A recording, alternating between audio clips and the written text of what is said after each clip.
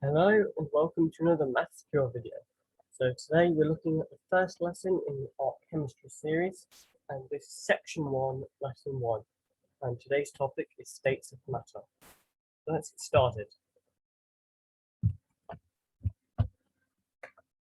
So nearly all substances can be classified as solid, liquid or gas. And these are the three states of matter. I'm sure you already knew that, but quick recap. So each one has a state symbol. So that is a little s, a little l, and a little g. Also, the state symbol AQ for aqueous solution, which means something that's dissolved in something else, or water.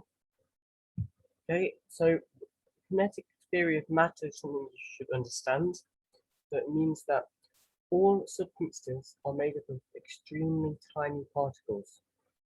Okay, and these particles in three states are arranged differently, and they have different types of movement and energies. So in many cases, matter can change states quite easily, and we'll also talk about solubility and solubility curves in this lesson, which are on graphs. Right, so let's just move on. So here are some examples of solids, liquids, and gases. On the left, you've got a giant solid rock, and of course, you can see some other examples as well. There's air, which is going to be a gas, and then there's some plants which probably have some water in them, which is liquid. And in the middle picture, we've got water, which is a liquid, and a glass, which is solid. And on the final picture, we've got gas inside the balloons. So, how do solids, liquids, and gases differ? So, a minute ago, I was talking about the kinetic theory, which is where you have these substances as little particles. But on the diagram on the right, you can see the solid is made up of loads of little particles that are arranged in neat lines that are all close together. In a liquid, the particles are close together as well, but they're not in a pattern and they can move over each other. And in a gas, they're far apart, there's not very many, and they're random spacing anywhere. The solids have a fixed volume and shape, and that is due to their properties as they're the particles.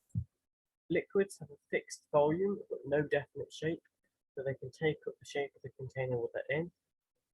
So if you have a liquid in a cup, it will take the shape of the cup, and you put it then on the ground, it's spread out on the ground. So gases have no fixed volume or shape.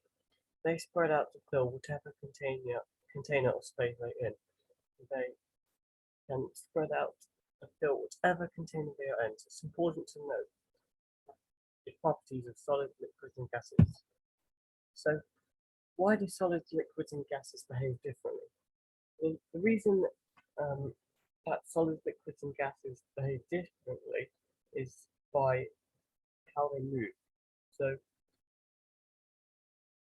the behavior of solids, liquids, and gases can be explained if we think of all matter as being made up of very small particles that are in constant motion.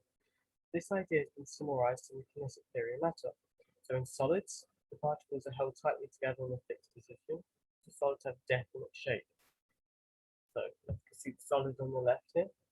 However, the particles are vibrating in their fixed position because they have energy. The little lines you can see around the particles are vibrations, and that's how solids move.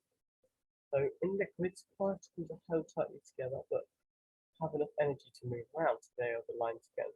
Liquids have no definite shape and will take the shape of the container they're in. We've already talked about that. So in gases, particles are further apart. They have enough energy to move apart, and they are constantly moving. Gas particles can spread to fill the container they're in. So as you can see from the diagram, to get from solid to liquid and then to a gas, you add energy. To go the other way, you remove energy. So how do substances change from one state to another? So this is a table that follows all of these sort of changes, and many of these words are in everyday use. So, for example, we've got solid to liquid, which is melting.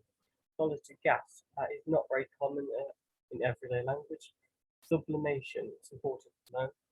Liquid to gas is either boiling or evaporation. And if you do physics, you'll learn more about that. Liquid to solid, well, that's freezing or solidification.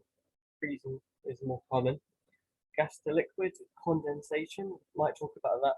It's condensation in the morning on your windows. Gas to solid, deposition. That's another uncommon one in everyday language. Right. And then here, another way you can represent it is a triangle with the three different states and how to get in between them. Right. So this is a little extension if you are looking to gain more knowledge and going for a top grade. So there are three states of matter. What are there? So there are other possible types of state of matter that you could think of.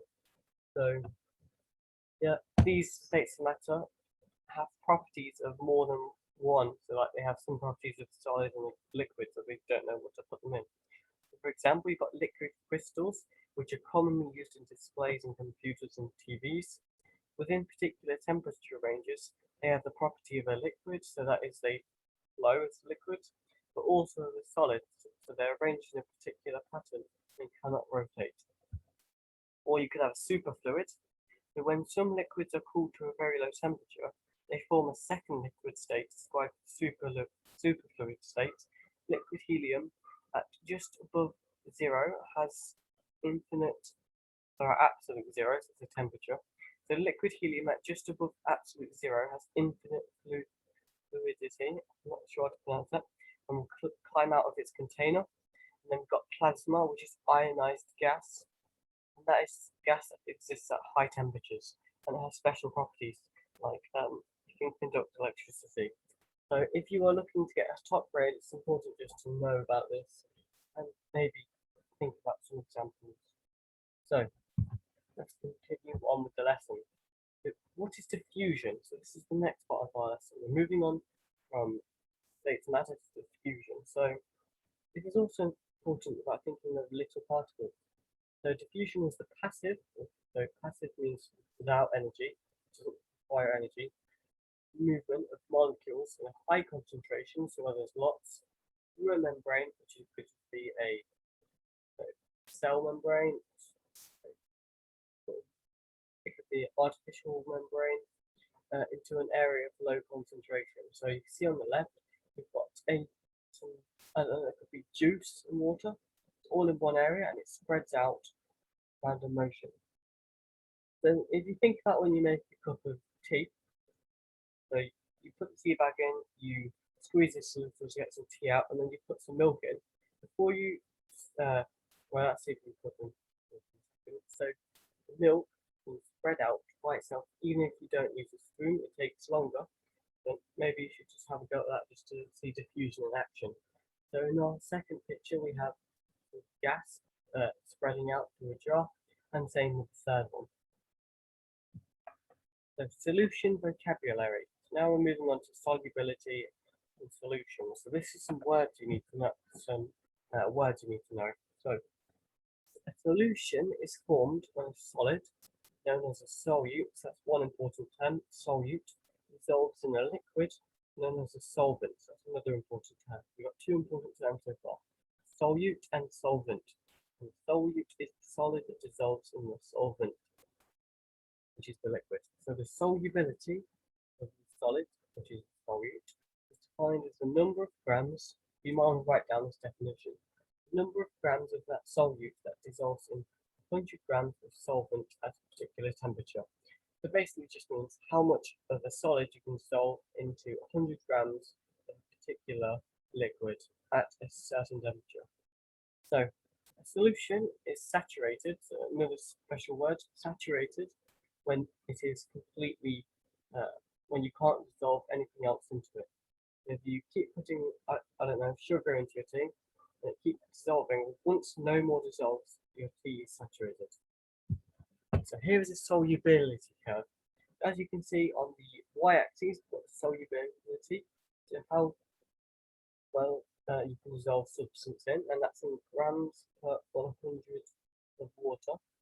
And then on the bottom x-axis, we've got temperature in degrees Celsius. As you can see, as temperature increases, the solubility increases, and it's different rates. So for NaCl, which is sodium chloride or table salt, it increases barely with temperature. But for I believe that is potassium nitrate, and so the solubility increases a lot over temperature increase. So we've got some review questions now for you.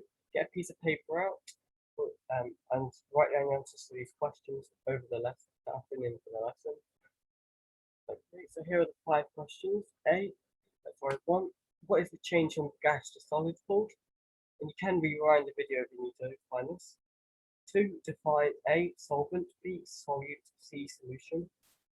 Question 3. When is solution saturated? Question 4. What is diffusion? Question 5. How many grams of solvent is solubility defined out of? That question doesn't make any sense. Do just ask in the comments and I can explain it a bit better. So thank you for watching. I hope this video has been useful to you so far. In the introduction, I said that this might not be very useful if you learn it for the first time, but I think that it will be quite useful actually. And if you have any questions at all, just ask in the comments and I'll answer the best I can. Thanks for watching, and please join me next week for our